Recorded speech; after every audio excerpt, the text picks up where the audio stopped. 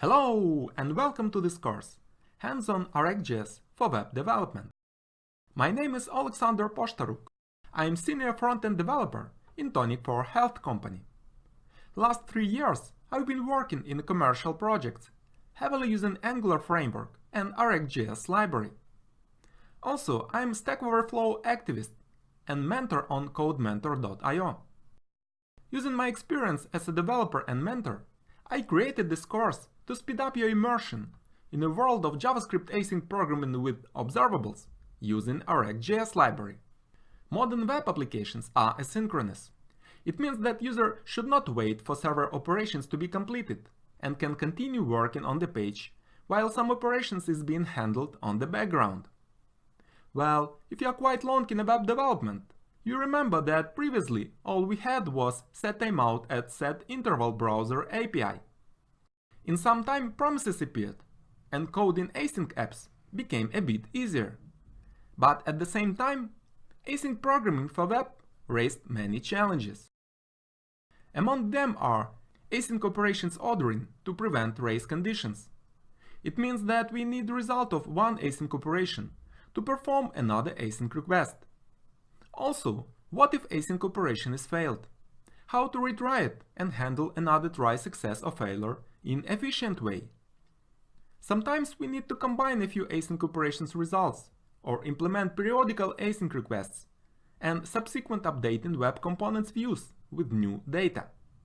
And maybe current async request is not needed anymore. How to cancel it? setInterval and promises are not able to answer all these challenges. And here is where observables come into play. One of the most famous libraries that implements observables is RxJS. RxJS is a JavaScript implementation of reactive programming or reactive extensions paradigm. This course offers a quick and darting way to become familiar with reactive programming concepts and start using them in real-life tasks with RxJS library. So, what we will learn here? You will find out how to work with modern reactive extensions event-based programming approach in a JavaScript. We will use typical examples of development practice and learn how to solve them with less code using RxJS library for both Vanilla.js and Angular framework. You will learn how to create scalable app architecture and organize convenient intercomponent data flows with application state management system that uses observables under the hood. Combining data flows with RxJS will prevent race conditions issue in your application. And after this course, you will be able to easily implement retry on error or repeat logic for your HTTP requests, as well as build dynamically updatable web components. We will learn working RxJS patterns and typical anti-patterns to be avoided to improve your code maintainability, and many more. If you are a total RxJS beginner, this course is for you. But even if you have some knowledge about observables, starting from section 4, there are many interesting use cases that can be quite informative for advanced students.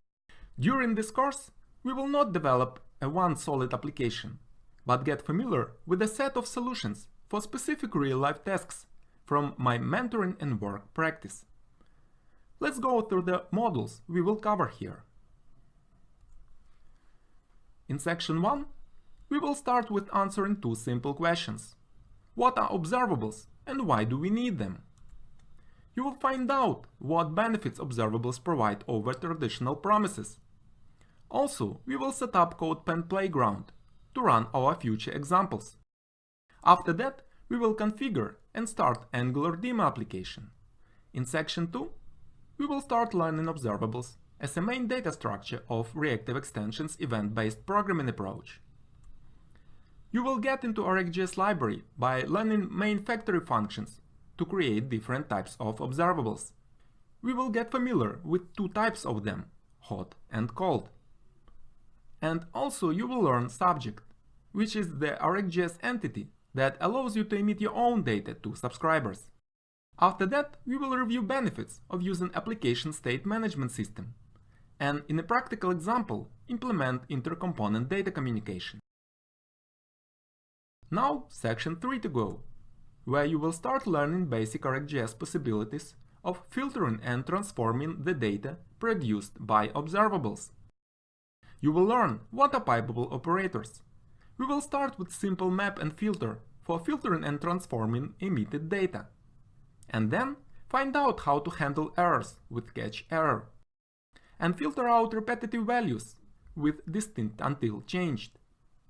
After that, we'll review a bit advanced operators, like scan, which is analog of array prototype reduce function but in RxJS world, and buffer, that allows to group produced data in different ways.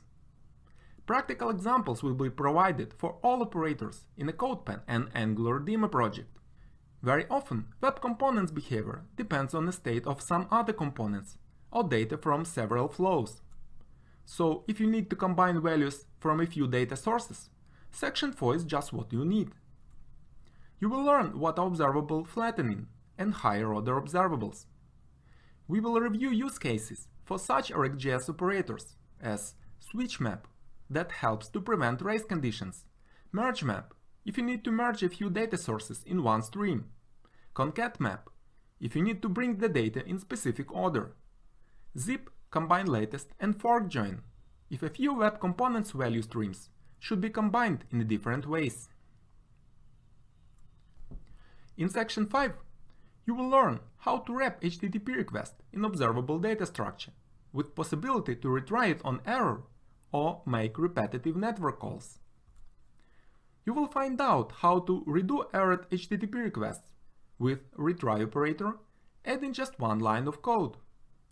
Make repetitive HTTP calls with repeat operator, and implement advanced repeat logic with retry when and repeat when.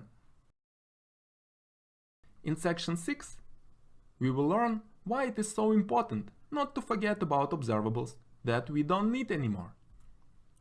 We will learn how to implement proper unsubscribe policy to prevent CPU and memory leaks in web apps, and will inspect some techniques that can help us to automate unsubscription process with some RxJS operators like first, take, take until, and take while. For experienced students, and for ones that want to dig even deeper, I prepared section 7. We will review main RxJS anti-patterns and how to avoid them to improve your code maintainability. Find out how to control the timing strategy of event emissions with schedulers. We will learn main techniques of observables unit testing for both Vanilla.js and Angular code. To prevent requesting same data again for each observer, we will learn how to use multicast operators. And at the very end, I will provide you with debugging tips to make your issue solving process a bit easier. This course is designed for JavaScript developers who never used observables earlier but want to learn it to be able to build scalable applications using reactive programming techniques. And if you're already familiar with RxJS, starting from section 4, advanced stuff is provided, like higher order observables, retry logic, schedulers, unit testing, etc.